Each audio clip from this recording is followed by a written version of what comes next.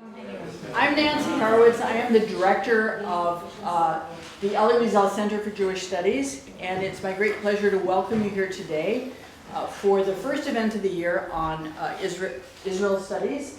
And I'm now going to turn the mic over to Abby Gilman, who will explain the series. And great thanks to Abby and to Prof.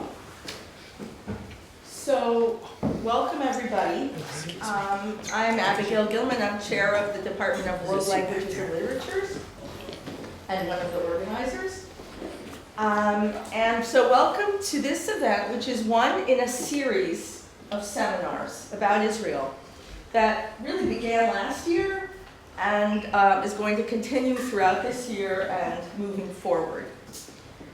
As I'm a department chair and an admin, I'm going to just mention that the students here, and I'm really happy to see students here, should know that we have a minor in Israel Studies, we have a minor and a major in Holocaust, Genocide, and Human Rights Studies, a minor in Jewish Studies, and we also have, in my department, we have minors in Hebrew and Arabic, and a major in what we call MESAL, which is Middle East and South Asian languages and literatures.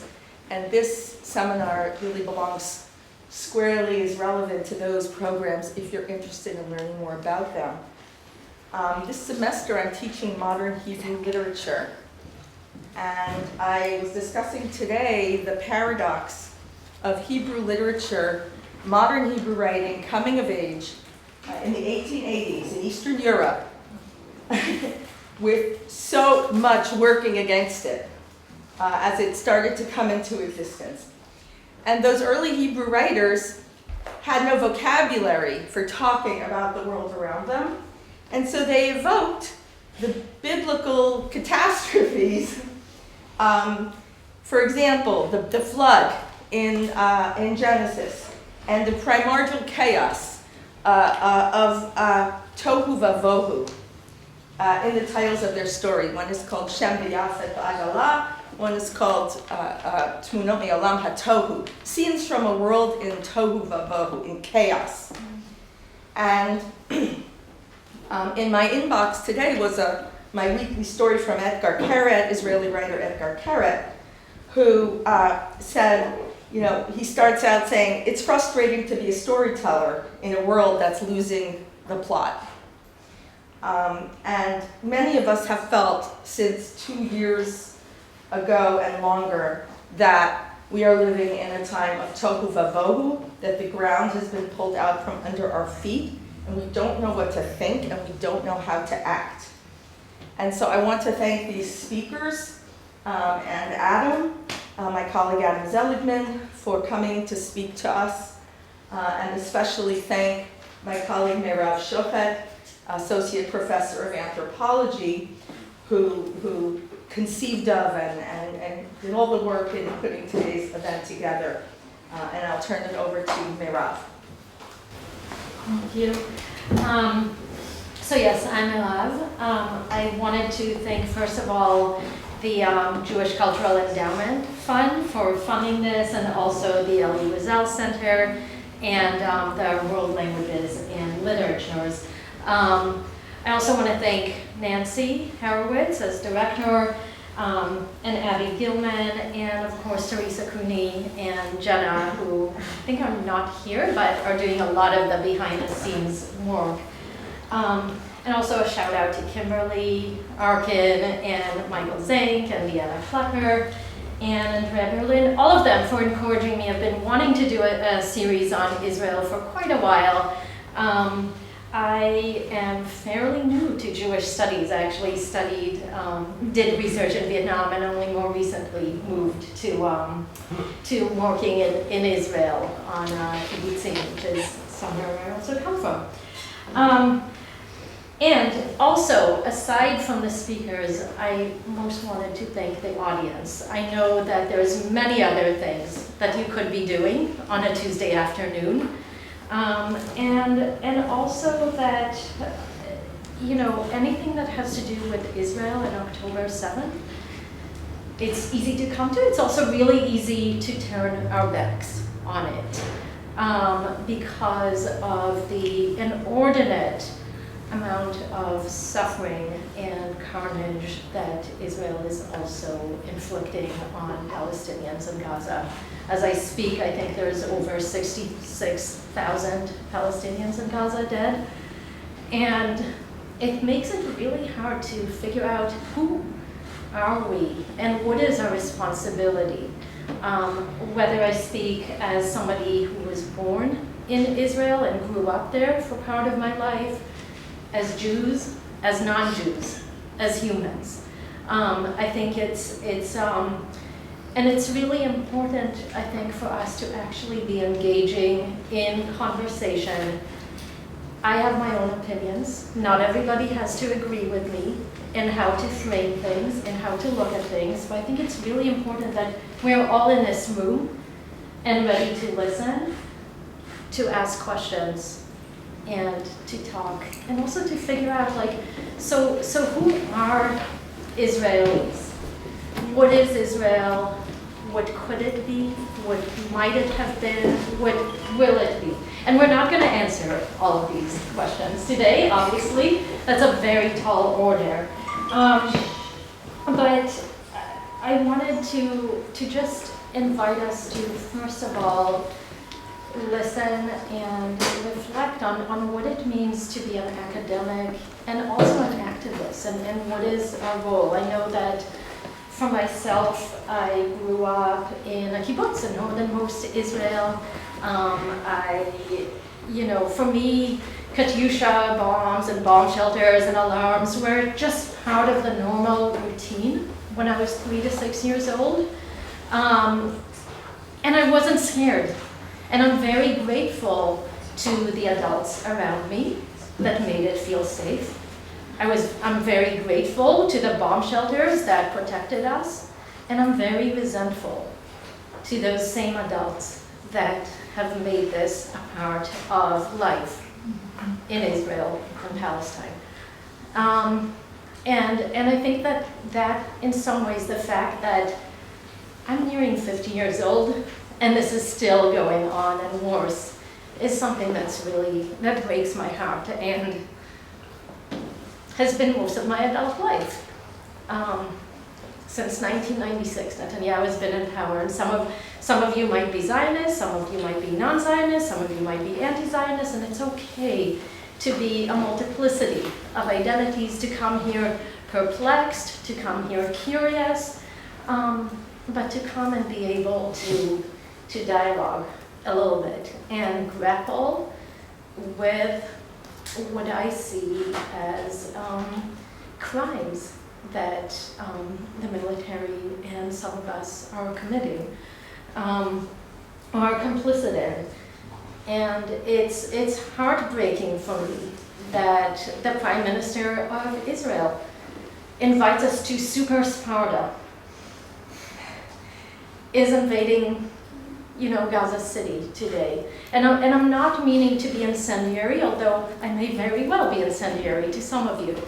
But I think it's important for us to first of all reflect on who is it that we want to be. Again, as humans, beyond all of these identities that people mobilize sometimes for hate. And I know that on October 7th, I felt rage, I felt hate, I felt sadness. Can you speak up a little? I felt all of those horrible feelings, and I immediately got into an argument with my sister about the net effect, that dead is dead. And we knew that it was going to be a bad reaction. And I think that when we look back at the last 2 years, there's a lot of missed opportunities to act otherwise. And I'm not just talking about Israel and Palestine, it's also here. It's the kinds of actions that we take towards each other. So I wanted to introduce the speakers because I think many of us come from the same starting point of feeling, on the one hand, horrified by the loss on each side. And knowing that it's disproportional, and knowing for myself that intellectually I knew that dead is dead, viscerally I identified with the hostages. Some of them looked exactly like my father and other people that I grew up with. And I think that what the speakers today enable us to do is think, what are the tools that we can use as academics and as activists to grapple with some of these very uncomfortable feelings and knowledge, and what do we do with it? Now, Yael is a PhD. She is Israeli, grew up in Beersheba, but completed her PhD at UCLA researching Israeli healthcare, and specifically the committee that decides on healthcare allocation funding, and the workings of bureaucracy and ethics. And she's continuing this work with healthcare economists, including thinking about states worse than being dead, and how do we quantify and qualify what is quality of life. But today she's giving us a talk that's much more personal and autoethnographic, reflecting on some of these themes that are bringing us today. Esther Sperber is also from Israel, from Jerusalem. She grew up in a very different household, I think, than I did, in an Orthodox family, which was totally foreign to me.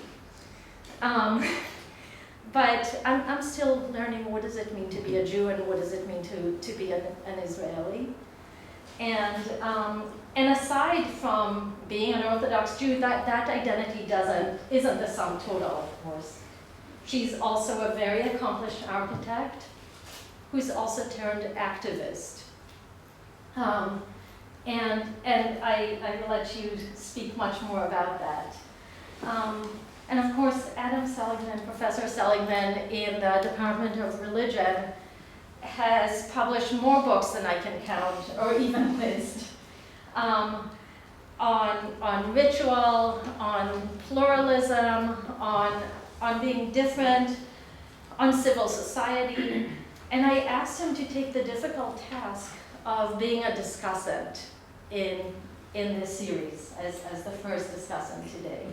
And I know we have a lot to learn from him, not only as an academic, also as somebody who's lived in the kibbutz in the south of Israel, and also as an activist and organizer himself.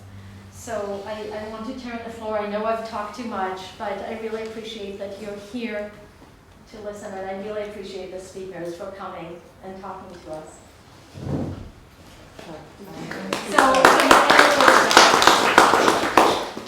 Okay, I think maybe I should stand so that people at the back of the room. Okay, and do let me know if you need me to raise my voice. Okay, so let's.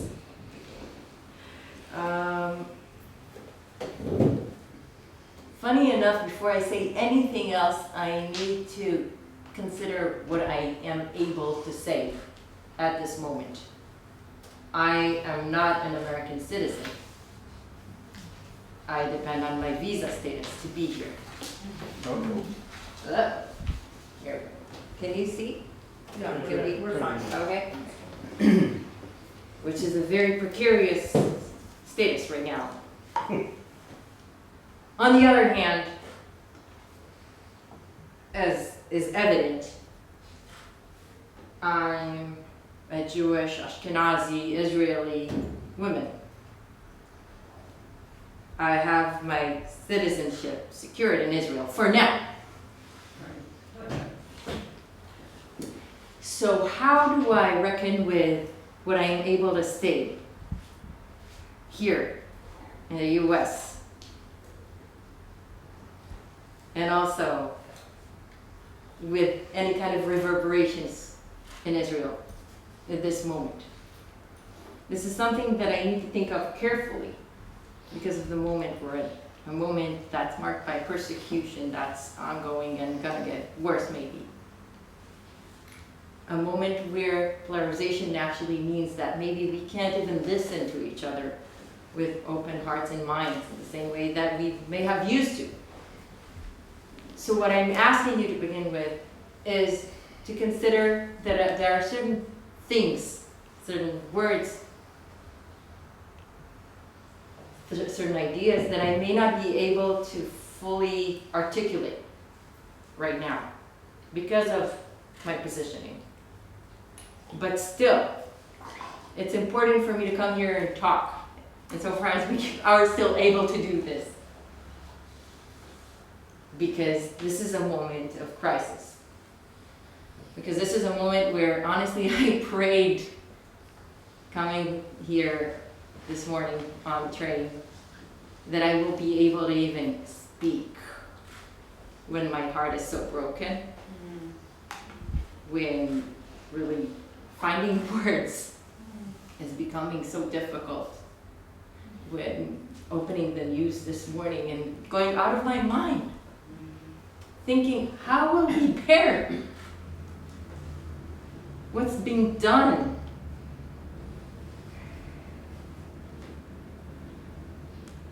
It's something that can get you out of your mind, really. But I feel, nevertheless, this is part of what I wrote about.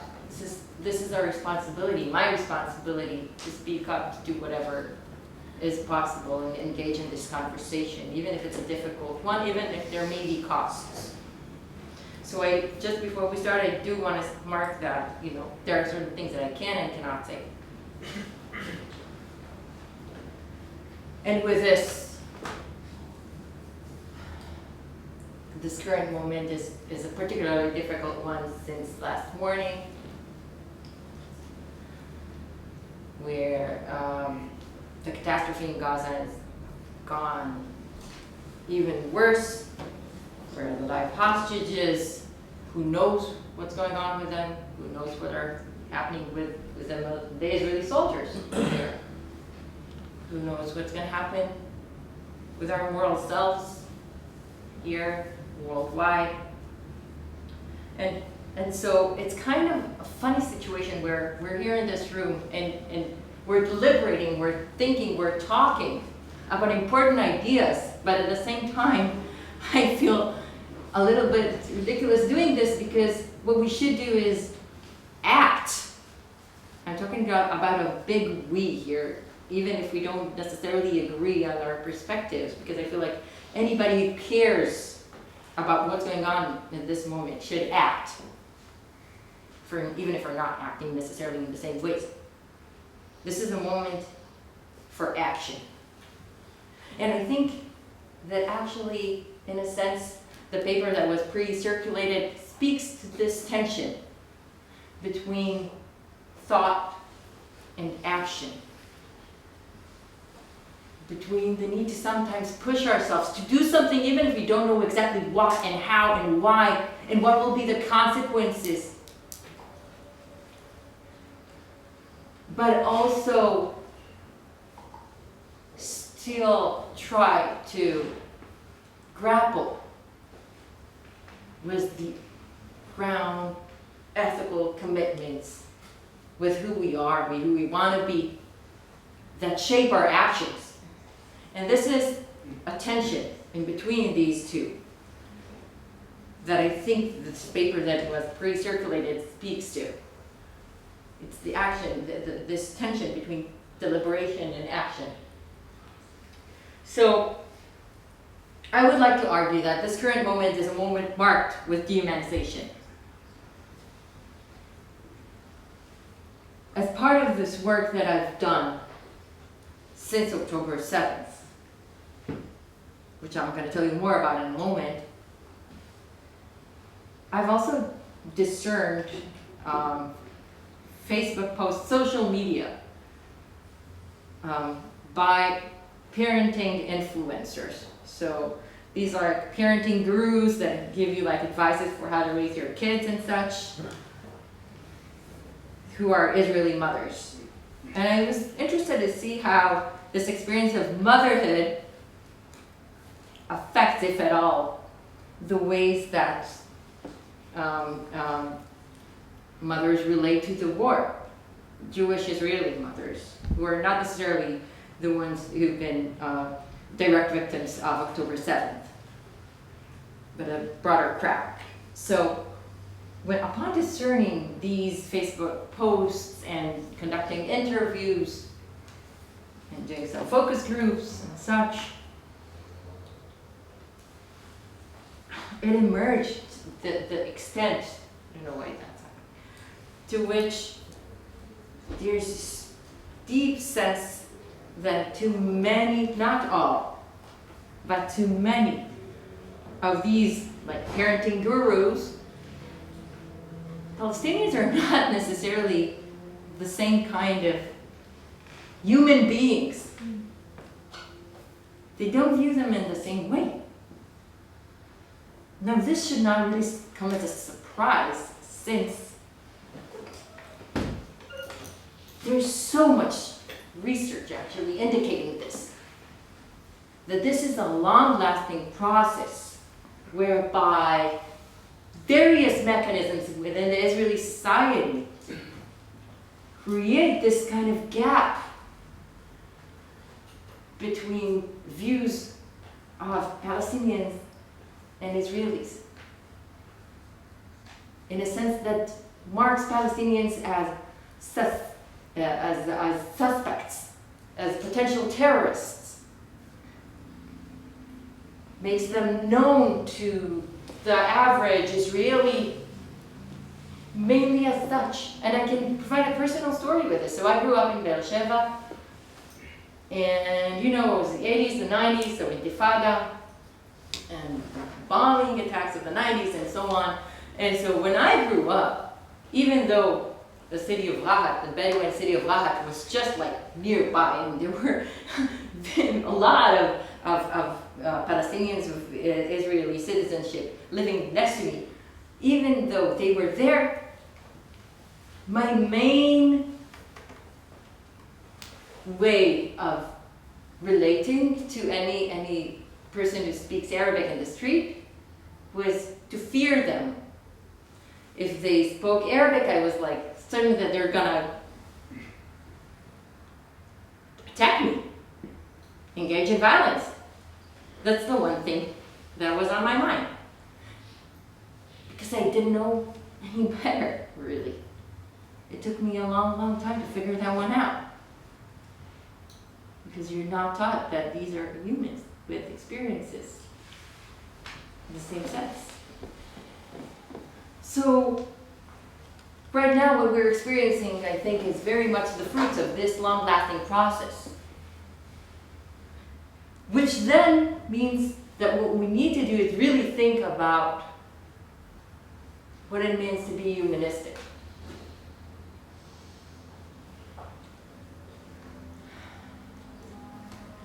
Which is a problem, because humanism actually can mean so many various things. When you go and ask around people, when you look at the various traditions, philosophical traditions, literary traditions, sociological ones, it can mean various things to various people, various groups. It's an umbrella concept.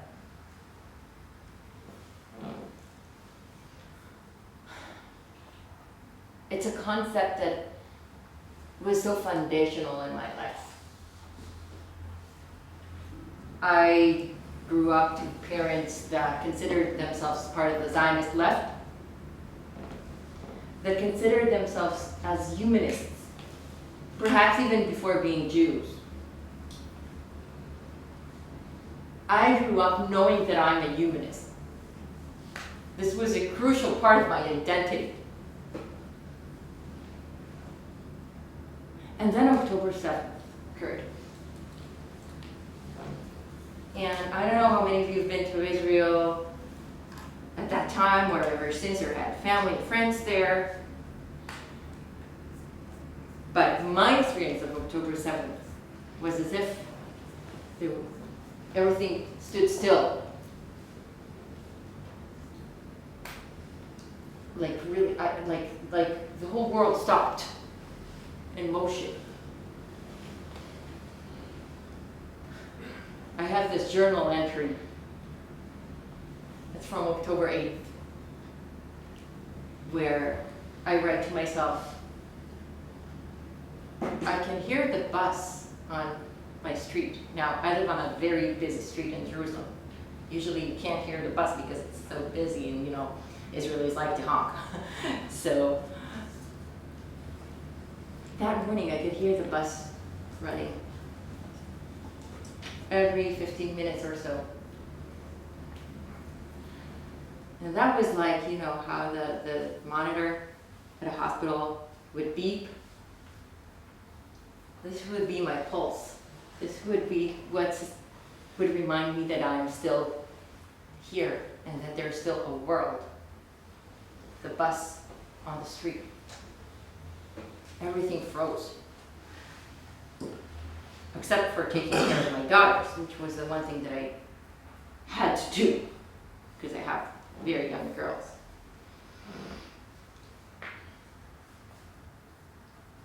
And then I started hearing the fighter jets. And there were also, at that moment, you know, October 7th, October 8th, October 9th, they were so Hamas were also bombing Israel. So you could also hear these bombings. There was also another sound that I used to hear a lot on these days.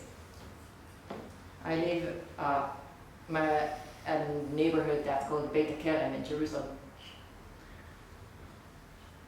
It's adjacent to Mount Herzl, which is one of the largest military cemeteries.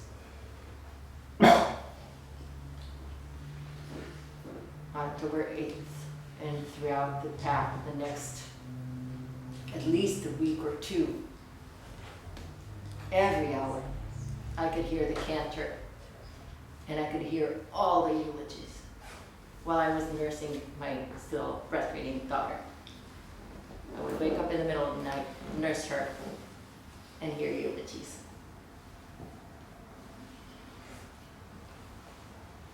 And at the same time, I would listen to the fighter jets in Gaza, the Israeli fighter jets bombing Gaza. And for the first time in my life, I didn't feel this gut reaction that I used to always have of thinking, where would these Palestinian families hide? Where would they seek shelter? They don't have the same shelters that we have. And the bombs, they're so powerful. Where will they go? How will they make it? And for the first time in my life, I didn't have this gut reaction. And it terrified me. I said to myself, what have I become? In this sense that the world has frozen. Did my morality freeze as well? I call myself a humanist, but what does it mean if I don't have this gut reaction? That's when I started writing what eventually ended up being this paper that was pre-circulated. That's when I realized that humanism had become a frozen thought for me. By frozen thought, I'm referring here to works by a work by Hannah Arendt, who had talked about how, and I'm reading here, words that signal concepts, definitions, sentences, and doctrines have come to gain a fixed and unquestioned meaning. But humanism, as we said, is an umbrella concept, so what actually does it mean to me? And if I call myself a humanist, what actions should I take? How should I How? How do I make myself into a humanistic person, a humanistic Jew at this moment? I had no idea. So I started pushing myself into action, which is the one thing that I also did this morning, and I'll return to this later. Because this morning is the same experience to me, of like having no words and no idea what it means. So I pushed myself into action by calling my colleagues. One thing that I should mention is that a while back when I returned to Israel, I also founded, along with Palestinian colleagues in East Jerusalem, an organization that together we seek to work with and sometimes against the Israeli government to address the stark health gaps between East and West Jerusalem. So I'm trying to mobilize the knowledge that I gained as an anthropologist studying medical bureaucracy in Israel towards addressing the inequalities in this field.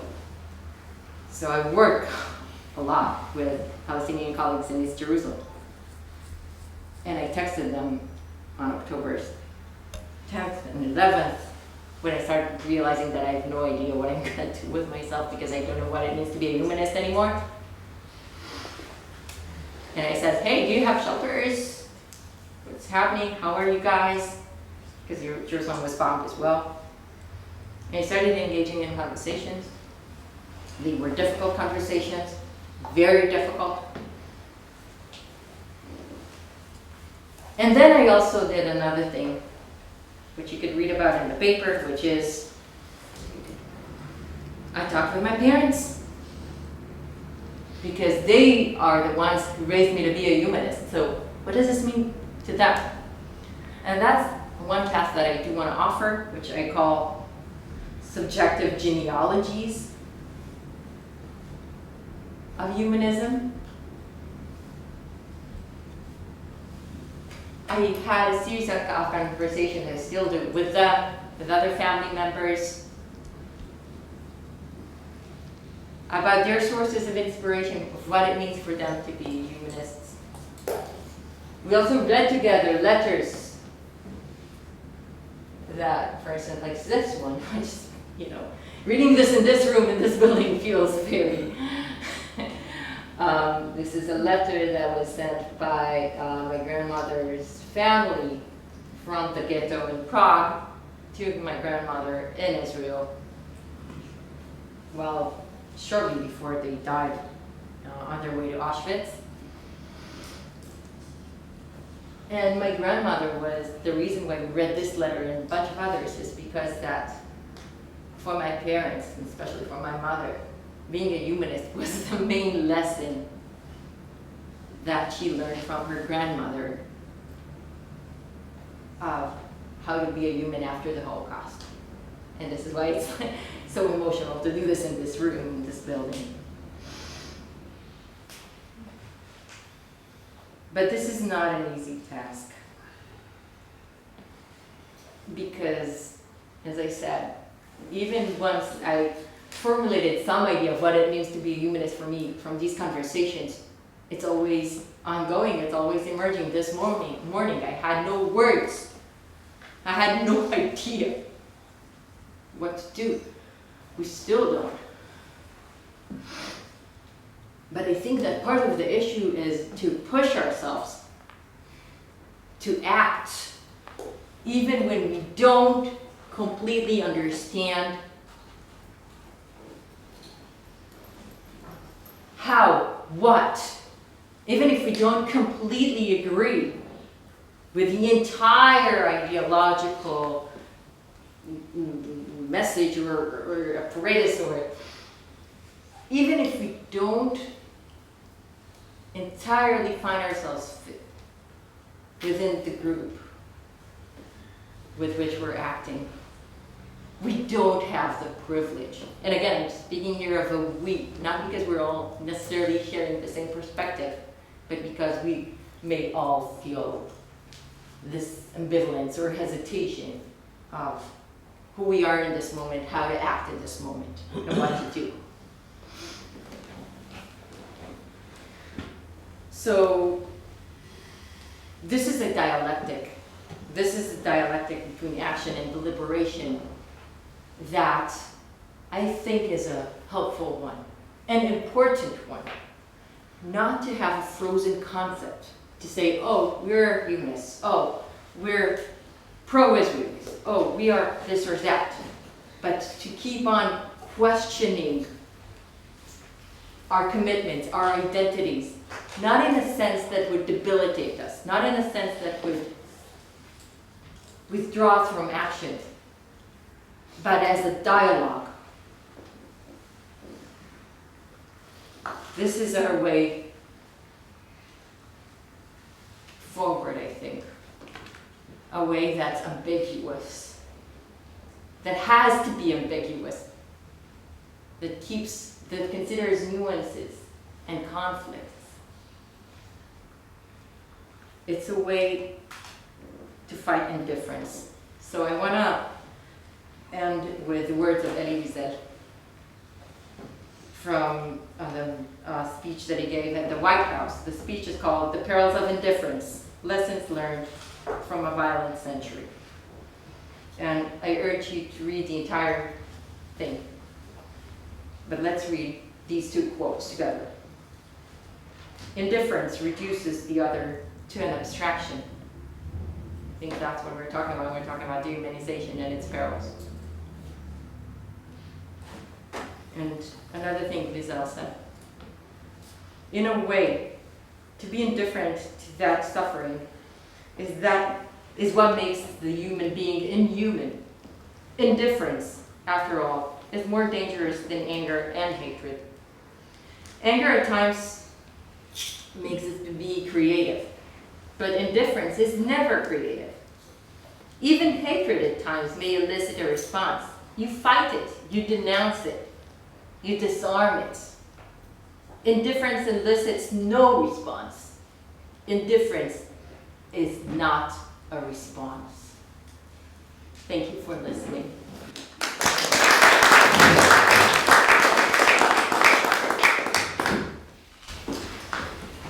Hi everyone. It's not going to be easy to follow. As Mirav said, my name is Esther Sperber. I grew up in Jerusalem, the oldest of 10 siblings. Steve and Stephen were at our Seder one year.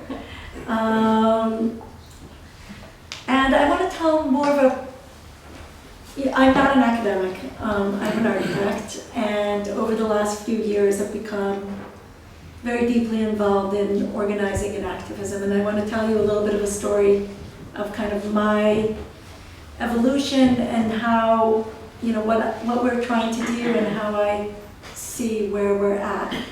And I think very similar to what Yael said, I think we don't have good answers at this moment. I think we don't have good answers on what the right way forward is. It's very hard to imagine a happy future, although we can believe and have hope that that will come. But it's hard even if you can conjure that vision to figure out how we get from where we are to that next step. And so I'm going to tell you a little bit about what I've been doing in the last 2.5 years.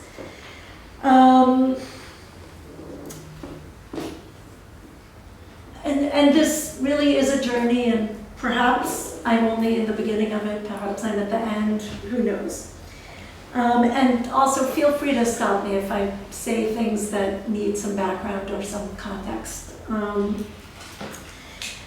So until pretty recently, the two kind of modes that I could speak to an audience were either in my synagogue or in kind of very esoteric conferences about psychoanalysis and architecture, or one or the other, or kind of a strange combination. And but in March of 2023, which was a few months after the current extreme right Israeli government was elected, I was asked by some friends if I would speak at a small rally in Washington Square Park against the changes that the Israeli government was trying to make to the judicial system and the kind of bureaucracy, the bureaucracy around it, the kind of checks and balances of the Israeli judicial system. And speaking at a rally is a very different experience. I was standing there on this Sunday. It happened to also be a very dramatic day, although I didn't know it at the time when I was speaking. It was the day that Netanyahu fired the Minister of Defense, Gallant, and there was huge rallies that night that actually just started happening as I was speaking. It was noon in New York and 7 p.m. in Israel. But in New York, it was a beautiful sunny afternoon. There were lots of flags. There were people I knew. It wasn't a big crowd. And I was trying to figure out, you have to speak differently at a rally. You have to say things in very short sentences, no commas, no parentheses. You need to pause. You need to let the people chant back at you. Kind of the main chant was busha, shame or disgrace. And at that rally, I started by really talking about my own family, listing how I come from a very amazing, incredible, wonderful family that's also very diverse, both politically and in every other manner. And I kind of went, sibling by sibling, talking about how they would be affected by these judicial changes. How my sister Yael, who's a filmmaker and LGBTQ activist, would be harmed. I said I worry for her, for the freedom of artists and for the freedom of LGBTQ people because of this government. And my brother David, who's a Reform rabbi, and how this government treats non-Orthodox Jewish leaders. And kind of went down that line of siblings. And I ended by saying something that I still feel is a line that stays with me, which was, I said to my kind of American Jewish friends, this is not a time to be polite or deferential. We Jews in America who love Israel should be proud of our values and speak up clearly. Speaking up at a time like this means supporting Israel. And that kind of stuck with me in these last 2 years because from March to October 2023, we organized rallies, culminating by the biggest one that was right when Netanyahu spoke to the UN General Assembly, I think about 2 weeks before October 7th, maybe not even. He spoke to an almost empty chamber, and we stood outside, and for the first time we were actually able to get kind of the major Jewish leaders to come participate in our rally. We were able to convince people that there are times when speaking up against things that the Israeli government is doing is actually a way to show that you love and care. And so we had Rabbi Yael Cosgrove from Park Avenue Synagogue speaking. Rabbi Angela Buchdahl from Central Synagogue was supposed to speak but got COVID. Alex Edelman, the comedian, was there, and I was super moved that I randomly emailed Nobel Prize laureate Daniel Kahneman, and he immediately said, he was almost 90 years old, and he immediately said, yeah, I'll be there. And it felt like maybe we were getting to this kind of turning point in which we could speak of this complexity of love and deep and grave concern at the same time.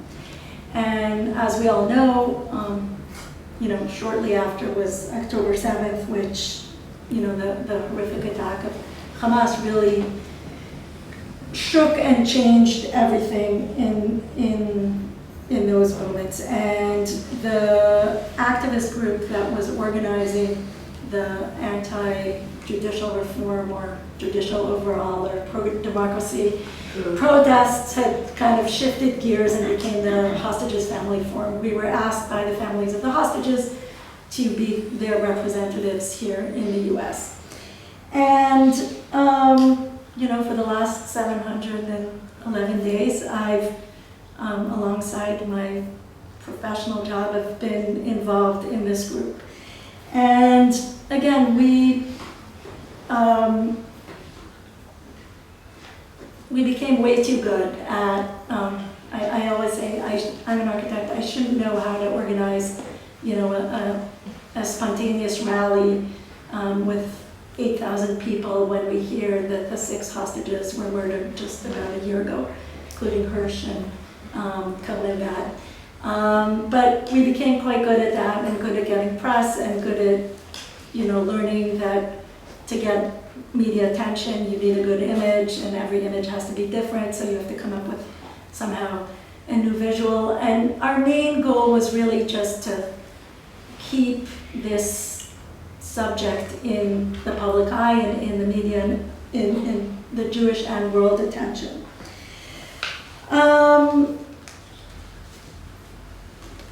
And then, you know, at some point, I think, for me, there was a realization that there's a certain fault in both these endeavors, which doesn't mean that they're not important and doesn't mean that we shouldn't be doing them. So the Israeli pro-democracy protests were very successful until October 7th. In some ways, they brought out hundreds of thousands of people every Saturday night. And they really slowed down these legal changes that the government was trying to do. And I would say similarly, the hostages rallies, although much smaller, and also, you know, at least on the Israeli side, it's much harder to get people to rally in a time of war when people are already stretched very thin. But they too have been able to force people to confront this particular issue and the plight of the hostages and not let that out of sight. But the limits of both of these, I think, are kind of similar. So both protests made the choice to limit the scope of their call in order to widen their appeal to a broader segment of the population. When we were doing the anti-judicial overall rallies, we, you know, especially the big one by the UN, it was very important for many of the speakers that it would be clear that it wasn't a pro-Palestinian rally and that we were not anti-Israel, we were anti this particular government. But there was also, and always has been, an anti-occupation group that was part of this coalition, and they were kind of far in the back, a little bit intentionally so they wouldn't be too prominent in the photos. And they brought these big posters with pink elephants, and it said "the elephant in the room," the occupation. And you know, I was very sympathetic and also really at the time believed that this was not the time to talk about that, and we were focused on what we were doing. And their claim, which I think in hindsight has much truth, was that we were fighting for democracy for Jews. Democracy for Israeli Jews who have kind of enjoyed rights that Palestinians in the West Bank and in Gaza never had, and that Palestinian Israelis or Arab Israelis had a more limited version of. And that you can't fight for democracy for only some people. And a similar kind of fault also exists within the Hostages Family Forum, which, you know, I care deeply for and have been dedicating way too many hours to. But in a similar way, in order to, and this is a little bit different in the US than in Israel. In Israel, there are parts of the current anti-government protests that are very clearly anti-war, and people that hold pictures of Palestinian children killed, and hostages, families of hostages who speak very clearly against the war. But the decision in the US, in conjunction with the families in Israel, was that it was very important here to try to appeal to the widest Jewish and political spectrum, and to kind of try to keep this topic as non-partisan, which means sometimes messages that seem to be addressing Trump in ways which I think are very uncomfortable for us, but with the hope that Trump can do something to end this war, and kind of minimizing the call to end, keeping the language as, only a deal will bring hostages alive home, but minimizing the conversation about the horrific death toll and devastation and demolition of landscape and history and culture and healthcare system and education system, etc., in Gaza. This kind of paradox or conflict, percolated for me, and about a year ago, a group of us within the more Orthodox and observant community felt that the conversation in our community, in our schools, in our synagogues, was really missing a piece of what was going on, and that we needed to find a way to articulate that in a way that people could hear. And I think that's a big piece for me of this, is trying to find a language of respectful criticism, or of pained criticism, that can impact the people that we're living among, and finding the language to do that. So we started out with kind of no name, having these salon events about a year ago.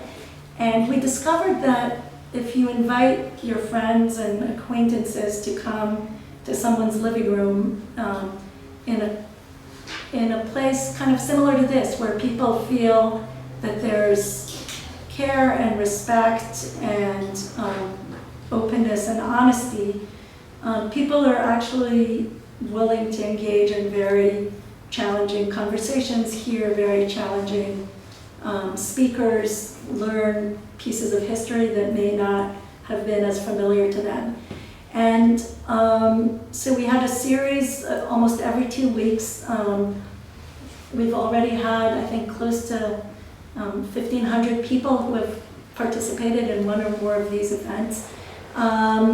Hearing from Palestinian speakers, Palestinian academics, Israeli activists, Israeli journalists, and it became clear that there was a yearning for some kind of dialogue of this kind, and for this, for a way of speaking about the current situation and the conflict in a more honest way. And so, in the end of March, we kind of plunged into the idea of having a conference, which turned out to be really wonderful, not just because I was one of the organizers. It just, sometimes these kind of firsts of things generate that real sense of magic, of excitement, that there's like a new way of speaking, that I'm not alone, that I'm in a community that understands me. We had about 400 people in the room and hundreds more on Zoom. We sold out pretty quickly and had to move to a larger space. And at that point, we had to pick some kind of name for this group. And we deliberated all kinds of different wonderful options, and decided that one of the important things for us would be to stress the point that we are a religious left organization that is in dialogue and in collaboration and in conversation with people in Israel who feel similarly. And a few years earlier, there was a group fairly new as well, called Smol Emuni, which means faithful left. And we asked their permission to kind of use that same name. and they were excited and we were excited. We felt that the understanding that these are different Jewish communities, both here and in Israel, grappling with a similar challenge, moral challenge, religious challenge, political challenge, was very important. And even though it's not a very easy branding in English, we stuck with Smodemuni. And our mission is really to try to shift the conversation, to try to create a sense of a movement that puts the type of humanism that I think Yael is talking about in our own religious language, in our own traditional language. I think our sense is that it's important for us because it comes from the deepest parts of our faith and our understanding of what God is asking of us at this time, what we're commanded to do. And it's also important because that language impacts the wider Jewish community and gives a certain permission to other people, I think, to use this type of language. And we're kind of working on various fronts. I think there's the activism part that has to do with the immediate urgency of the current horrors of the war in Gaza. Where actually a lot of activism is being done actually by our friends in Israel. They interestingly have like one of the biggest groups of activists that go to do protective presence in the West Bank. The group is called Bnei Avraham. They're young people in their 20s and 30s who go and spend a full Shabbat because they're observant. They go there on Friday. They put up their eruv, they cook their food in advance, and they spend Shabbat in vulnerable Palestinian and Bedouin communities in the West Bank that are harassed by these extreme settlers or hilltop youth in those areas. There are very interesting interactions that happen because some of our activists actually come from these same communities or their siblings live in one of these places. And so that kind of dissonance in a way is very powerful. It's powerful for the Palestinians to see that not all Jews who wear a kippah are necessarily violent and racist and fascist. But it's also the interactions between some of these settlers that come to harass Palestinians and some of the Bnei Avraham people have also been interesting. I don't want to kind of idealize because there are also instances and in recent weeks it's become even more violent. One of our young activists, someone that some of us know their family from New York, one of our friends, Eliana's arm was broken just 3 weeks ago by settlers. And if the Jewish Israeli Americans are threatened, you can imagine how much more so the Palestinians living there are. There's also a new group that hasn't labeled itself as religious, but it turns out that those are all the activists leading it, which is reservists that have pledged not to return to duty until this war ends. And they've started a few days ago, and I think they already have hundreds of people who signed on to this. So that's on the activist side. We're working with rabbis and educators, a little bit more behind the scenes, kind of a mix between opportunity to learn together and a bit of a support group for people who are, I think, in a very complicated position because they are serving diverse communities and have to figure out how to discuss these topics with their communities. And we're also trying to kind of work on creating the intellectual, I'll say Torah as kind of a catchword, but it's not just Torah, but philosophy and thinking that can counter some of the more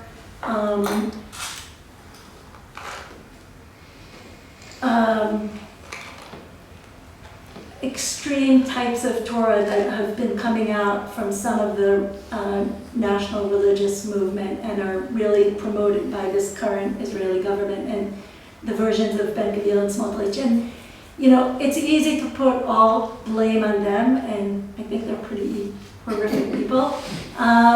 But they've been in the government for, you know, about 2 years, and the occupation has been around for 57 years. So it's not all them, but the type of rhetoric and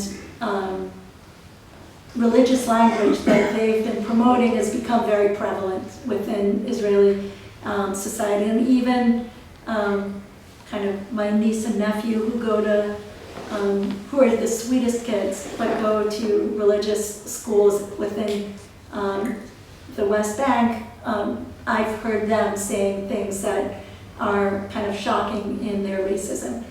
And so maybe later on, if there's a discussion, I can give some examples, like a shorthand of what that might mean, but I think this is kind of a good place for me to stop for now.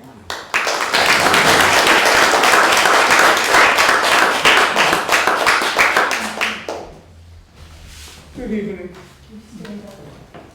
Do I have to? Just want people to hear you. Can You speak very loudly. I speak generally very loudly.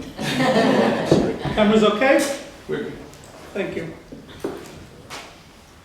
So, this has really been a wonderful way to begin to talk about a difficult, painful, and decisive subject. Thank you, Merav. Thank you, organizers. And of course, most especially Esther and Yael, for sharing your thoughts and, most importantly, your feelings. In a way, though, this makes my role somewhat tricky, as I am unsure how to confront the more personal, sometimes painfully personal, aspects of your presentation, of which there are many. So I'll restrict myself to some general reflections on the theme and on today's conversation. Perhaps then best at the outset to note that while we have just heard two very articulate and engaging voices of ethical reasoning from two very different existential perspectives, their personal nature does, however, highlight those persons who are not present. However different these perspectives, we must admit that the voices that we have heard today, including my own, are exclusively Jewish voices. And I think this is a problem. October 7th and its aftermath changed the lives not only of Jews, but of Bedouin, of Druze, and of course millions of Palestinians, both Israeli citizens and under different forms of occupation. It is this very marginalization of voices, those of 20% of the Israeli population who are not Jewish, not to mention 50% of all those subject to the power of the Israeli state. That is the ultimate issue we need at some point to deal with. And which the ethical perspective, whether rooted in Torah Sinai or in humanist processes of reasoning, at the end of the day must address. If not, it loses all its claim to ethical or moral action. Now, I can understand certainly the constraints and the challenges that have defined this event, and I have no argument with our speakers whose work and whose words are filled with a sensitivity towards, and indeed an acceptance of, our responsibilities towards the stranger in our gates.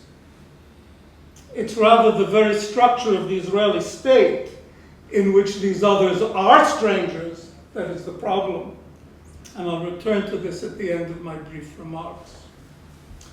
Moving forward, and maybe a little lighter, for a minute anyway, I must admit that I was intrigued by this evening's title, Between Faith and Humanism. And though to be sure, Esther represents a movement called Smol Emuneh, and so the word faith is centrally placed in the name of her organization, I was left somewhat uncomfortable with the title of our own event. After all, words in translation carry very different resonances. Emunah, which means faith, doesn't carry the same resonances as faith. It's hard to think of Judaism as a faith tradition, other than in very Christian terms. And yes, we have just learned of small emunim, which is a source of great hope. And to my great distress, we have as well gush emunim, the block of the faithful. And we know how they have changed the face of Israel, if not the whole Middle East, over the past half century. But still, I think the old jokes of, Jews arguing over the existence of God until somebody says, Chevra, it's time for mincha, right? It's time for afternoon prayer. I think that joke is more indicative of the tradition's gestalt. And the old joke is relevant here. For I wonder if Esther and her companions are motivated by faith, notice I say faith, or by a tzivui, by a command, you said obligation, all right? In short, a mitzvah, to do. To reprise what Yael said, the need to act rather than to reflect. So any action changes the question, but the need to act, naseh v'nishma, without knowing her at all, I'll put my money on the ladder. So is it a faith tradition or a command to act that is the relevant operator here? For of the two presentations, Esther's is the more obviously political, engaged, demanding of action. It is outward-looking and action-oriented in a way that leaves me with little to say beyond yishakech, or in this case, yishakochech. And that action is desperately needed. Just an example. While there are some few in my Orthodox shul in Newton who share my politics, many would look at Esther askance, and most probably with a great degree of reprobation. So there is that need. I'm sorry. I'm by profession a sociologist, so my deformation professionnelle is, among other things, to try to figure out how representative are the views that I'm exposed to. I know that there are observant Jews who share Esther's concern. I just hope I don't know all of them.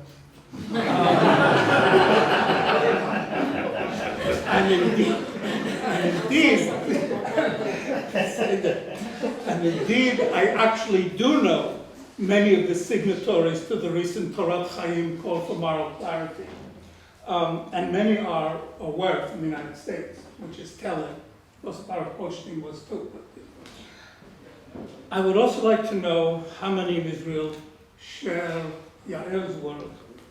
Clearly not Merkaz Likud, nor as she herself presented the bien pensant multitude of the so-called left either, those who were demonstrating against the judicial overhaul, actually with more, because I was there, with more Israeli flags at their demonstration than you would see at Merkaz Likud. Those who felt and continued to feel that their state was being taken away from them by Netanyahu and his supporters at Onachon, but who do not really see the Palestinians or really recognize them as part of their state, nor accept their grievances as legitimate. So, not quite Matzpen either. I know it doesn't exist. But also not those, anymore, who made up such organizations of the Committee for Solidarity with the University of Berzeh. In other words, not the non-Zionists or anti-Zionists, so somewhere between, and you can tell me if I'm correct or not. Why is this relevant? Because humanist principles and ethical reflection must, at the end of the day, in my humble opinion, lead to political action. Something Yael herself pointed out more than once, I think. Yael defined humanism in the paper as a certain compassion, a desire to give everyone, quote, the opportunity to live a flourishing life. Most would readily subscribe to these ideals. Only, and here is where politics comes in, some would try to achieve these ideals through a neoliberal socioeconomic order, others through socialist policies of production and redistribution, yet others through a fascistic organization of society, and yet others through the creation of mono-ethnically constituted states with no room for minorities, who, as far as they are concerned, can flourish somewhere else, if at all. Such, of course, are the policies of Smotrich, of Ben-Gvir, and of all too many others in Israel today. Daniela Weiss, who first openly promoted the transfer of Arabs from Israel in the 1970s and 80s, would no longer seem to be an outlier on the Israeli political map. Rahman al-Islam. Now, more than 20 years ago, the eminent sociologist Michael Mann wrote a very interesting book titled The Dark Side of Democracy, Explaining Ethnic Cleansing. In the book, he points out the proclivity of certain democracies in certain circumstances towards ethnic cleansing. The critical variables, he notes, are the tendency in these states to conflate the demos with the ethnos, again, to conflate the demos with the ethnos in states inhabited by, and here I quote, two fairly old ethnic groups, both laying claim to their own state in all or part of the same territory. And that this claim seems to them to have substantial legitimacy and some possible chance of being implemented. This proceeds in geopolitical conditions where the stronger side believes it has sufficient military force and moral legitimacy to force ethnic cleansing with little physical or moral risk to itself. An organicist, national democratic ideal, then, with both claims and conditions for realization. While Mick's book does not include the Israel-Palestine conflict in his survey, the socio-political variables fit uncomfortably well with the Israeli-Palestinian conflict and with the state of war in 1948 and then again in 1967 provided precisely those geopolitical conditions of strength, moral legitimacy, and minimum risk he analyzed as central to effecting such projects, and were indeed mobilized as such, from Tochnit Dalet to Park Canada. Explain what those are. Tochnit Dalet was the directive to conquer Arab villages and expel their inhabitants in the 1948 war. And Gerush, expel, is explicitly mentioned. Park Canada and Sharagai, where everybody goes, plants trees, is on the ruins of 3 Palestinian villages that were destroyed and their inhabitants expelled in 1967. I know the people, some of them, who participated in that expulsion. Today, strong argument can be made that we stand on the brink of the third wave of such ethnic cleansing. And the prevention of such final cleansing, assuming we wish to prevent it, will demand translating ethical reflections into political action. Whether the sources of such emerge from humanist reflection or religious calls for action is not ultimately important. אבל אם לא עכשיו ומתי, if not now, when? Thank you.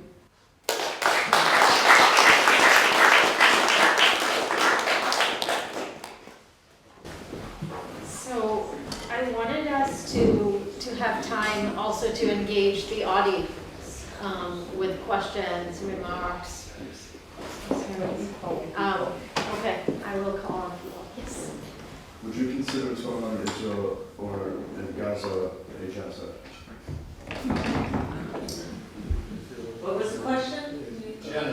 I want to say something about that. So, as I said, there are certain things I can and cannot say because of my precarious status.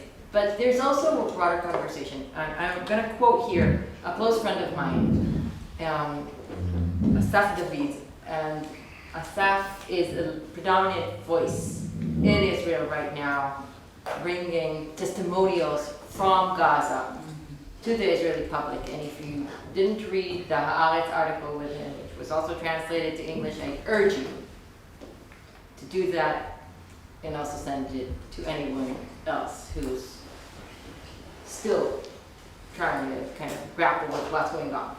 And I'm gonna quote Assor in his response here, and several other friends. Call it whatever you want. If we reduce the discussion to the legal definition of what's going on, we've already lost. The issue is the amount of people that are paying with their lives. First and foremost, because of the magnitude in Gaza. So the hostages, and also the Israeli society, within the Israeli society. And right now, I would urge us all not to engage in the discussion of what exactly is the correct definition of what's going on, but then act, as was just said. Im lo shavei matad. If not now, then when? Refuse, resist, talk about it. Have your friends read the testimonials, whatever is needed. So that's my response. Yes. So I have two quick questions. One is, when we use numbers like 60,000, are we also incorporating armed combatants, Palestinian combatants? And then is that a fair number? Because when we talk about Israeli casualties, we're not using numbers at all. But yet we know that both innocent people on October 7th were killed, children and women and all kinds of stuff, and innocent soldiers. And we're also not counting Israeli combatants. So when we use numbers like 60,000, we know that some of them were our Gazian soldiers. So I'm worried about the blanket numbers that are being used to qualify what the Israelis are doing. My second quick comment is, I've been to Israel a couple of times since October 7th, and a large number, just as an example, a large number of people who work in healthcare in the hospitals are not Jewish. And yet we use this apartheid type language saying, this big divide between Israeli Jews and Israeli non-Jews. But they're in everyday life. The people at the hotels are from East Jerusalem. And yet we use this divisive language, and I'm nervous about it. I could try to answer one or two things. So first, indeed, in terms of the first, indeed, the number of whatever it's 63 to 66,000 comes from Hamas, who do not distinguish. That's true. The fact that 18 to 20,000 children have been killed does not come from Hamas. The fact that more children are amputees out of Gaza than anywhere else in the world does not come out of Gaza, and that 50,000 children, including the dead and wounded in Gaza, this is not from Hamas. So we can just stay with those numbers, not with the 63. That's where I want to start. You're right about Israel.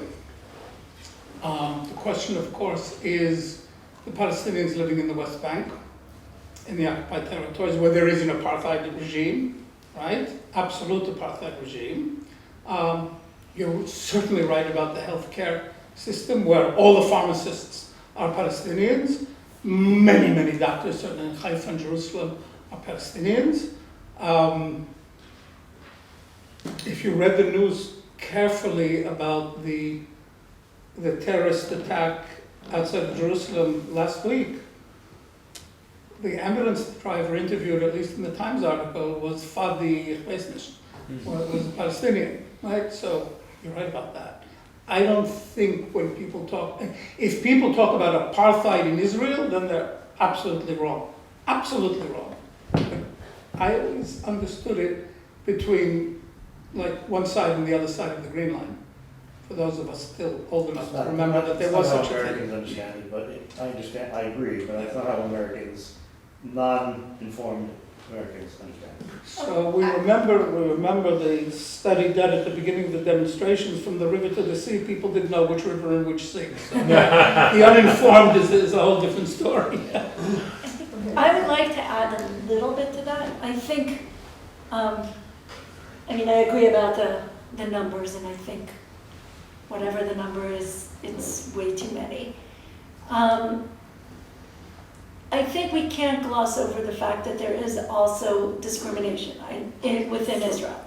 And I think it is true that in the healthcare system, there are a lot of Arab Israelis, Palestinian Israelis, but just, I think it was a few weeks ago, and this has been a repeated thing, there are Israeli-Palestinian bus drivers that were beaten up by these kind of hooligans because of not being Jewish. I think many Palestinian Israelis have been very nervous about speaking up against the war in Gaza, or even just telling stories about their relatives in Gaza or in the West Bank. There was a teacher that lost her job because she posted or reposted or liked something on Facebook from a family member. So I think, not everyone is a racist, not everything is some people get treated fairly, but there are also many injustices towards the Palestinians who do live in Israel, who are citizens.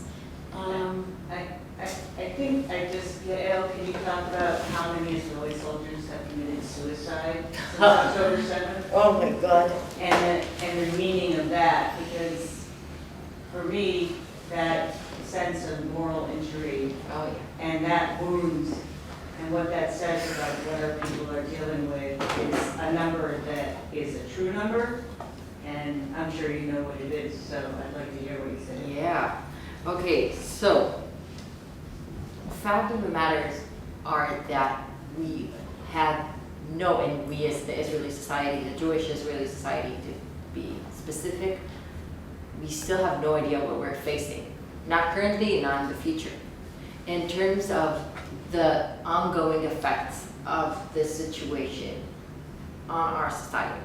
And it has various manifestations, of which we know only little about in this moment. One of them is indeed the numbers of soldiers or reserve duty soldiers who have committed suicide, but also people who were involved in one way or another with October 7th. I have a family member who committed suicide after his brother was killed on October 7th. This is very personal. And so there's a lot of these kinds of circles involved. But there's also lots and lots of people with PTSD. And one of the things that I'm concerned about is actually domestic violence. This is something we still have no idea how it's gonna reverberate. But there's gonna be reverberations all throughout. And honestly, I assume also in the US.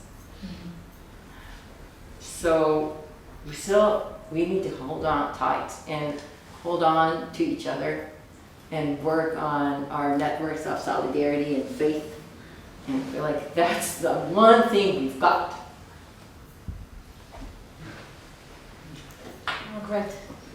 I have a question for Esther about translating activism across contexts. Like the same piece of paper will look a different color depending which background you put it against. It will look lighter or darker. It could even look white or pink. After October 7th, there were posters of hostages that were torn down in various places, including on this campus, because, and nobody realized this and nobody talked about this, and it drove me crazy, they have the opposite valence. Here, they functioned as a sign that said, pay attention to Israeli pain. Whereas in Israel, I think they functioned quickly as a protest against the war or a call to stop the war or to make a deal or criticism of the Israeli government. So it could almost be 180 degrees. How do you work across that in your own efforts? It's a great question. Just on the hostages posters, I don't know if you've seen, there's a movie, a documentary called Torn by a guy named Shapira.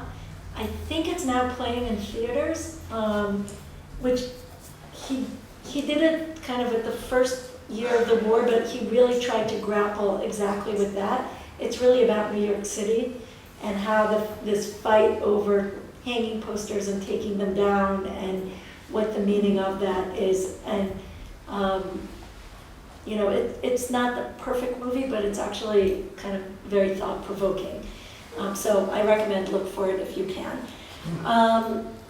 I think you're right. I think activism is different in different contexts. I think part of what we're trying to figure out with, maybe I'll say something also about the claim that we're the only people thinking this way. You know all the left people. But I think one of the things we're talking with Israelis about is that question. Because I think the questions here, our types of activism might be very different. So one thing we just were kind of very hesitantly talking about is there's this attempt of the Israeli army to appeal to American kids to come and enlist, American Jewish kids, partly because they're running out of people.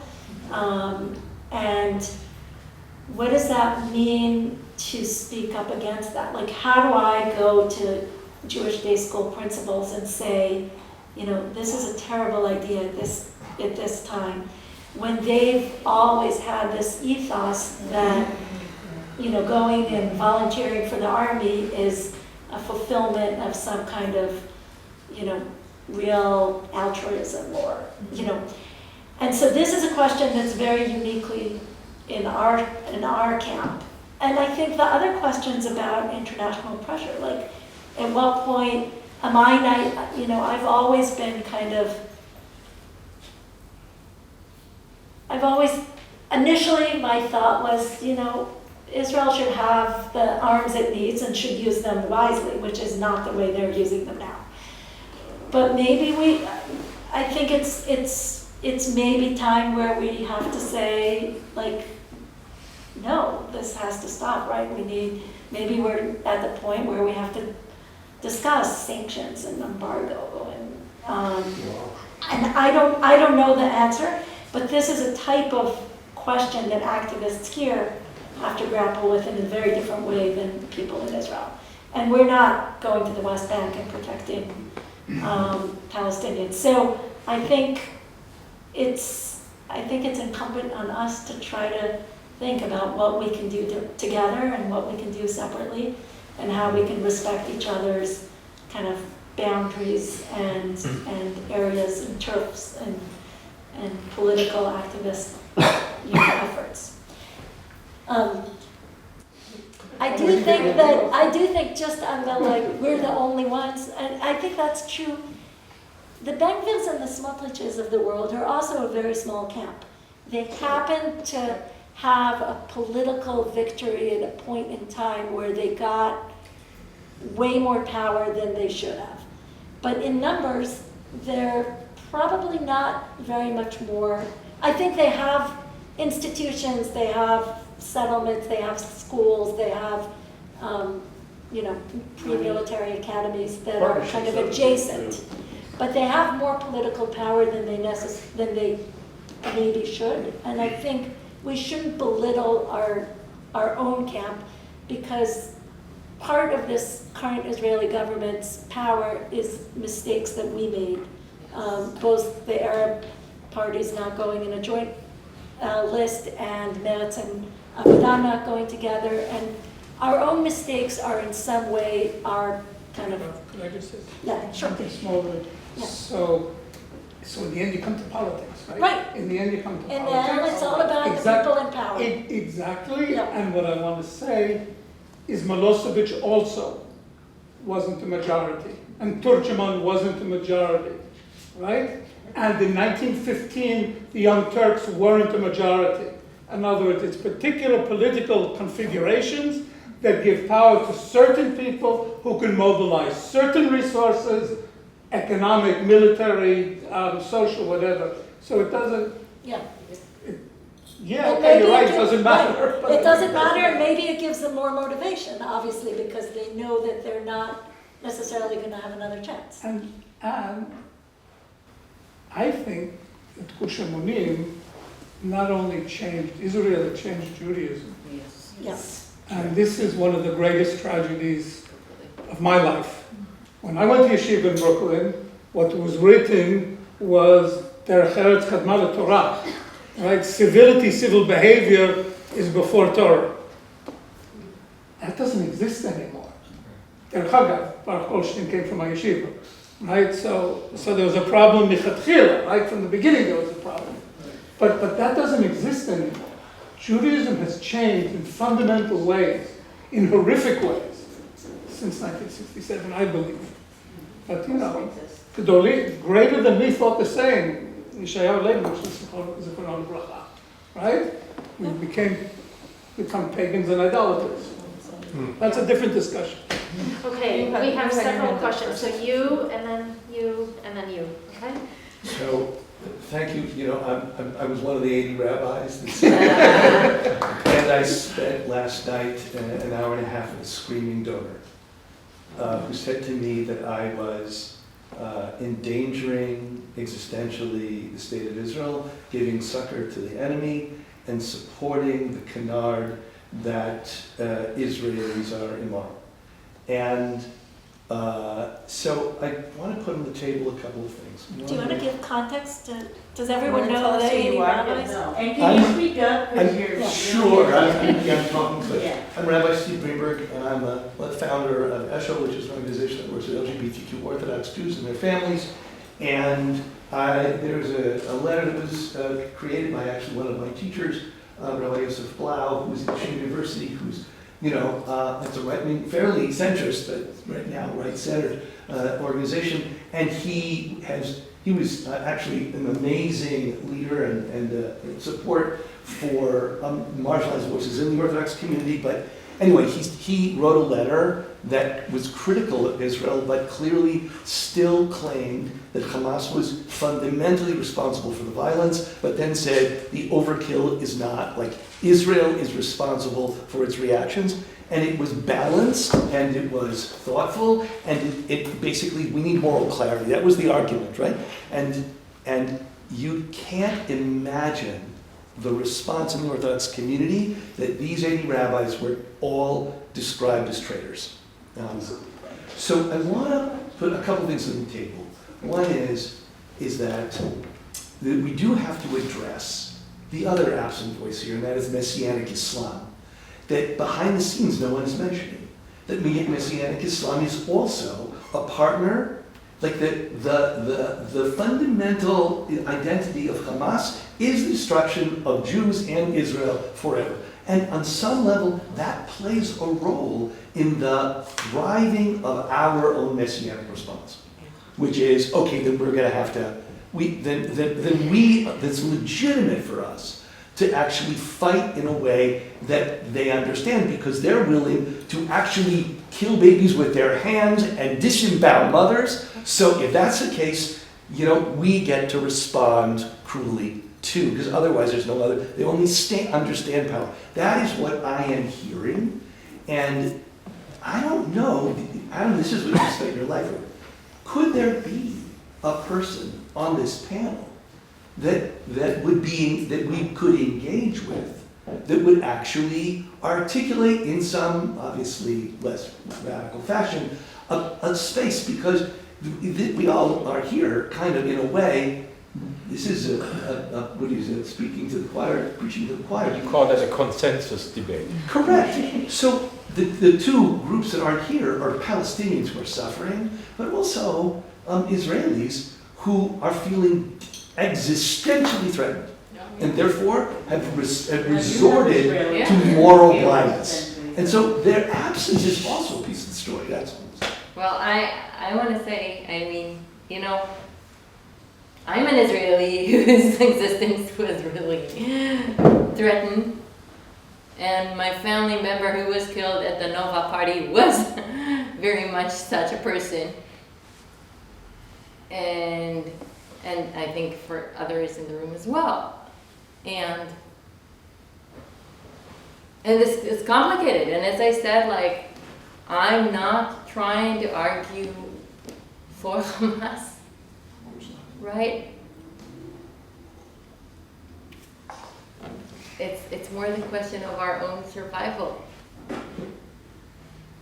So, yeah, and maybe we should also mention that. You're right. Maybe we should also begin with remembering also the tragedy and the horrific magnitude of October 7th, which is there. But the question is how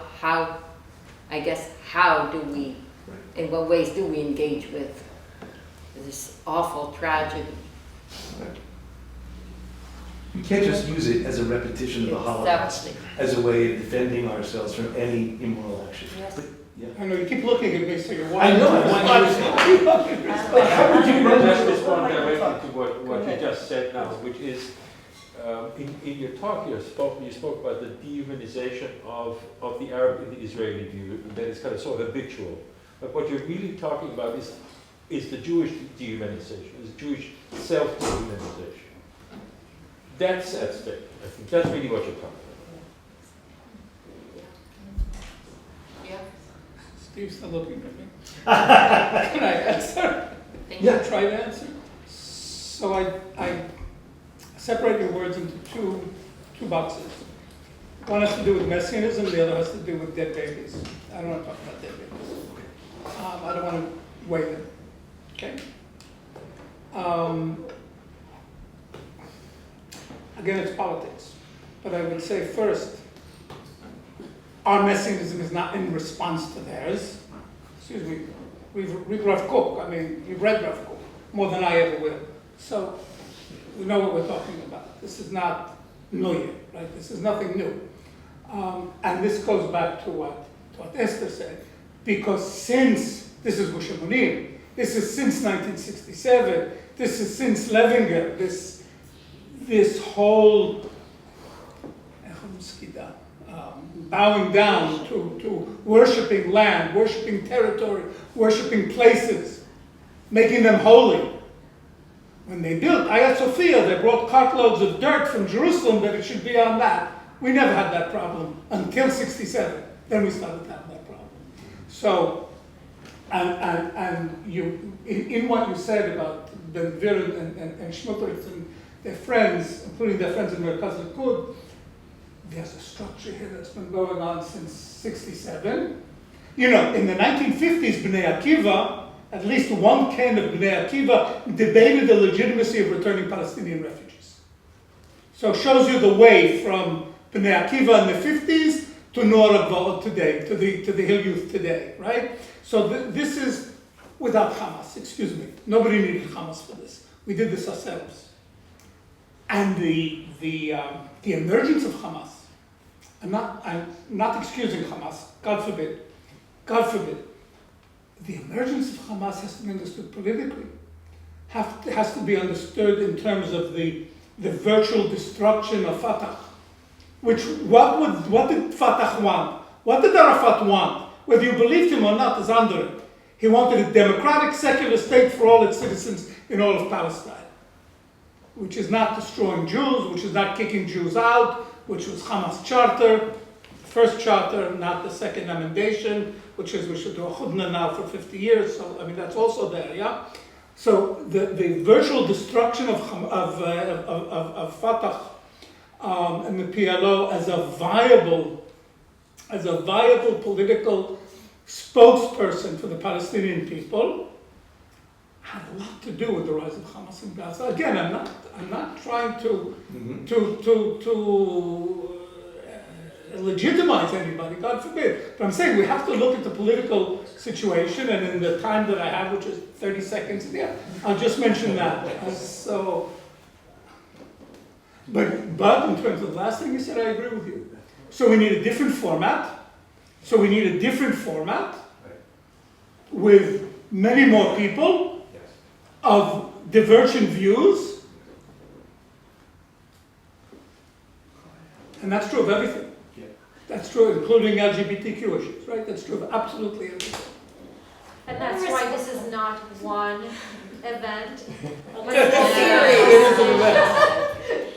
want to respond just to one thing, because I do agree that in the end, the people who are in power make the decisions, right? That's the political piece. Like, Trump is elected and Trump is calling the shots, and we can rally and we can cry and we can be frustrated and we can write op-eds, and he seems to be knowing how to do what he wants to do, right? Or for the much of it.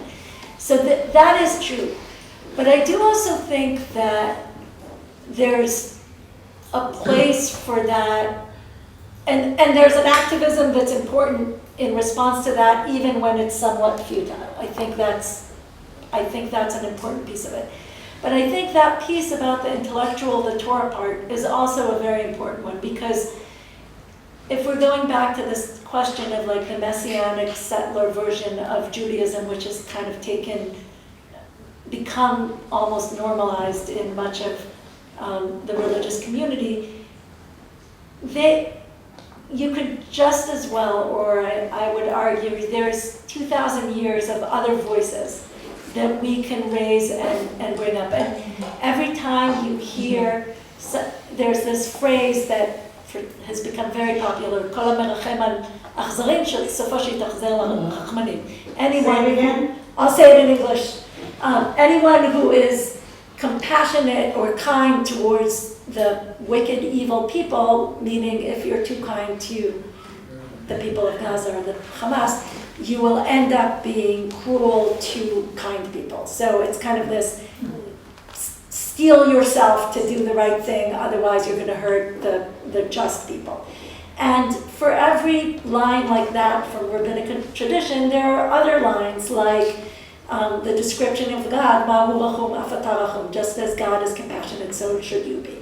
And every time they yell that one thing, which you hear constantly, we have to yell the other lines that come from our faith and from our commandment to act differently.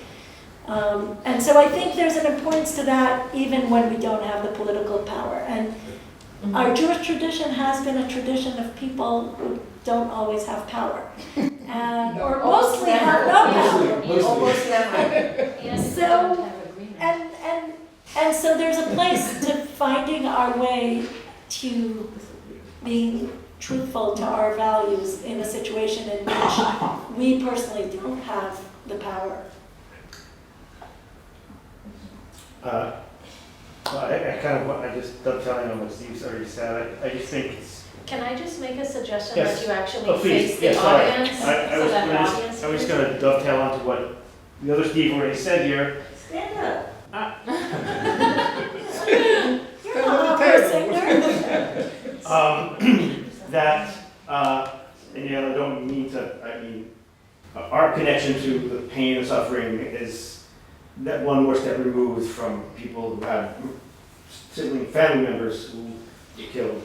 But that I guess the question is how can we both allow, not to forget the humanism that we need to have, and not to forget that is for us important, but how can we not make the other side, the people that see an existential threat, that see the celebrations in Gaza, that point to those, that point to the, that say, yes, of course not everybody in Gaza is part of it, but yet watch the parades of the dead soldiers being dragged through the streets and people applauding in Gaza. And all those things to say, yes, those have power and they affect people. And some people finally said, enough. I can't be a humanist anymore. I cannot do it anymore if it means that my family is going to get killed. And how do we not push them away by saying, no, you have to, but make them understand that's part of what we have to do as well. It's a very, very fine line and fine process. And the last thing I just want to say to Adam, is that yes, Fatah fell apart, but of course they fell apart themselves. We didn't have a hand in that. Arafat, in that last moment, said, nope, I'm not going to do that. Yes. No. Okay. Well, there is the understanding that could be the case as well. So I think that this is a really important comment, because I think oftentimes within the echo chamber of like more pro-peace communities, there's some kind of disregard of the actual concerns and anxieties that bring some people to say, no, I'm not going to be a humanist anymore, right? And that's a huge, if you're asking me, like, this is part of the story of why there's like no opposition right now in Israel. Because there's, as a friend told me this afternoon, it feels like there's like a spaceship that's just gone, like, with like no connection to whatever's going on Earth in between, part of the elite that's like having this internal conversation about what it means to be humanist and what's going on the ground, and people's concerns when they've got family and friends that's been killed on October 7th, when their house was, if it was demolished in the Iran war or Hamas missile or Houthi, or this is a crazy reality. And this is exactly where the issue of ambiguities, I think, lies. This is exactly where it's important, I think, to have this constant dialogue internally and with other people about our concepts and ethical commitments, and not just say, oh, I'm a humanist, so it means like I'm anti-occupation, pro-peace, whatever, right? It's also hearing these voices within the Jewish Israeli community that have, they have to grapple with their anxieties with this, and present company included. Sometimes I have these moments as well, where I'm like, oh, it's good that there's bombings going on in Gaza right now because I feel unsafe, or because I feel revengeful. I have these moments myself.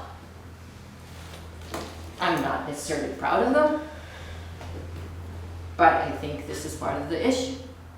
And I feel that, and this is why I'm excited, by the way, about Small and Me, because I feel like that's one of the few organizations that's actually managing to keep the nuances alive. And I feel like that's not been done by most of the political opposition, which is why it's so necessary to have a different imagination of what it means to be in opposition in Israel. And I'm not necessarily optimistic about that at all, but this is the hard work ahead.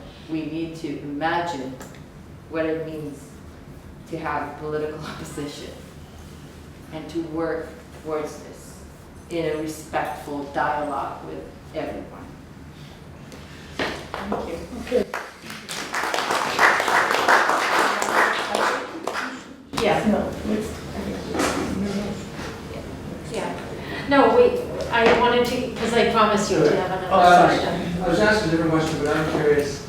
At least in the U.S., especially among American Jews, but more broadly, let's say about American Jews because it's more relevant to now. There's definitely been a distancing away from alignment with Israel and identity related to Israel. And I'm curious, at least in among Israeli youth, is there the same sort of like leftward movement in terms of criticism, or have Israeli youth? Because I think I kind of already know the answer, but is there any sort of is there a difference in terms of generation between the older generations in Israel versus the younger? good question. Well, unfortunately, there is an intergenerational difference, but not necessarily in terms of the yeah. They're gravitating to the right, very much so. I mean, this is kind of to continue what I just said, right? Like, the opposition is not on TikTok. They should be there. We should be there. It's upon us. It's a good title. Opposition. It is, right? No, and I mean, I ask myself, yeah, but it's exactly that, right? And honestly, I'm asking myself this question daily, like, why am I not doing more? And what else could be done? And it's easy to preach to the choir, and it's easy to, but also there are answers, okay? Like, I'm a mother of 2 young daughters. I can't go out to the West Bank every day. I don't want to be a political, I was actually in politics. And I actually I decided that I can't do that anymore because of the personal prices that were involved. So, still, I think that's the biggest question, and any kind of action though is needed. So whether it's, funding, whether it's speaking up, whether it's us mobilizing, I feel like we should all ask ourselves these difficult questions. And even what you said, a genealogical interview, what did you say, like talking to your parents, talking to your grandparents? Yes. That's an act of, not just, even talking to your parents, where there's often a huge gap. Huge gap. What are I very worried about young people here and there, so even opening that conversation, learning history, learning about, learning what do you remember, what do you know, how do you feel, what do you think. I'm so glad that you showed that document of about your grandparents. That's extremely important and valuable, I think. Can I ask a question? Sure. So, it's really a question, not really a question, it's part of question and part of comment. I feel like there is no space. So I feel like the spaces that we have built are, each generation has a space, and then there is so many things that happen that there is no space to react, and then something else happens. This is what's happening with us here in America. Every day there is a different thing that happens, and there is a feeling of, oh, you can't turn around, there's something else that happened, you don't even have the space to react or to breathe. And I think I have been in Israel many years, I feel the same thing. Yeah. So therefore there is no space, there is no moment where you can just say, okay, what am I doing? So how, in a situation where there is no space, there is a feeling that you are actually not able to breathe, can you know clearly how to act? You cannot. You never know. So my question is, then we need to really understand maybe all the structural things that have brought Israel to this point. So at that moment, it's not so much about my space, my feeling, because yes, I don't have that. It is about how can I understand how we got there, how we got there here, and how we got there, and is there anything we can do on a structural perspective to change that or to stop that? I don't know. I don't have it. So exactly, Eretz Kulam is. I know we're about to finish. So I promised earlier. I said that when initially after October 7th, the one thing that I did was like push myself to act, even without knowing what to do and who am I anymore in what ways. And that this morning I found myself again without any words and not knowing exactly what's going to happen. And then I received a text message from a former colleague of mine when we did this, I told you I'm doing this health advocacy work in East Jerusalem. And one of my colleagues, we'll call her Chala, it's not her real name, texted me, "Hi, what's up? So I decided to get back to business and start working again on promoting this topic. So let's set up a meeting." And I was like, "What?" Chala stopped working with us in the form that we made like a year and a half ago after too many difficult encounters she had with the Ministry of Health in her position, which she was leading like one of the organizations that was involved there. And Chala is from East Jerusalem, and she texted me this morning, knowing full well what happened in Gaza earlier today. And I was like, wow. She's doing this now, focusing on our working together in this way. And building and insisting on these kinds of interactions and co-working. And we don't agree on everything. We had difficult conversations after October 7th, let me tell you. Yeah. That was the one thing that kept me hopeful this morning. This is the kind of work we still need to do. Engage in solidarity and action together with the voices that are missing in this room. Thank you.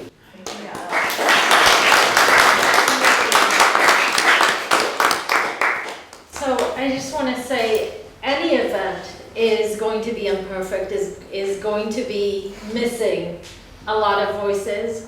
We have a lot of voices in this room that didn't get to speak up either, that I'm sure there's many thoughts. And I think that one thing that we can do, again, imperfect, but to continue engaging, and engaging especially with the people that don't agree with us. I think Jews have a long tradition of disagreeing, of having conflicting interpretations. And I think it's a privilege to have disagreement and to have space to talk. And so I want to thank all of you for giving this space. I want to thank you for speaking.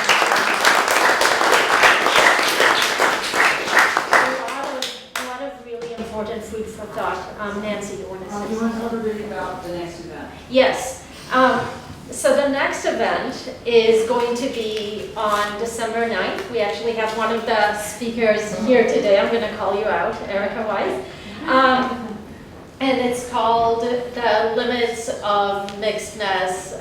This is research about some of post-1948 Israel's mixed cities. Haifa, Ramla, Jerusalem will be the focus, but of course Israel has more cities like this. And, you know, I think that we are alive, and I think that that's a privilege not to be taken for granted either. And so when we count the dead, I would say I don't like the distinction between combatant and civilian, innocent and guilty, because everybody is also a human being. They're somebody's relative, even if they've done the most atrocious of acts.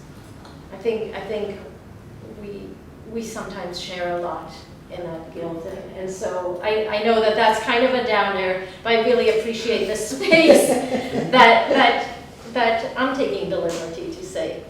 And I want to thank you for being here and really giving us a lot of really important food for thought and inspiration for action. And I think this is obviously an opening move and an invitation to continue. And so December 9th will be another small step, but there's many, many along the way until then and after that too. Thank you. Thank you.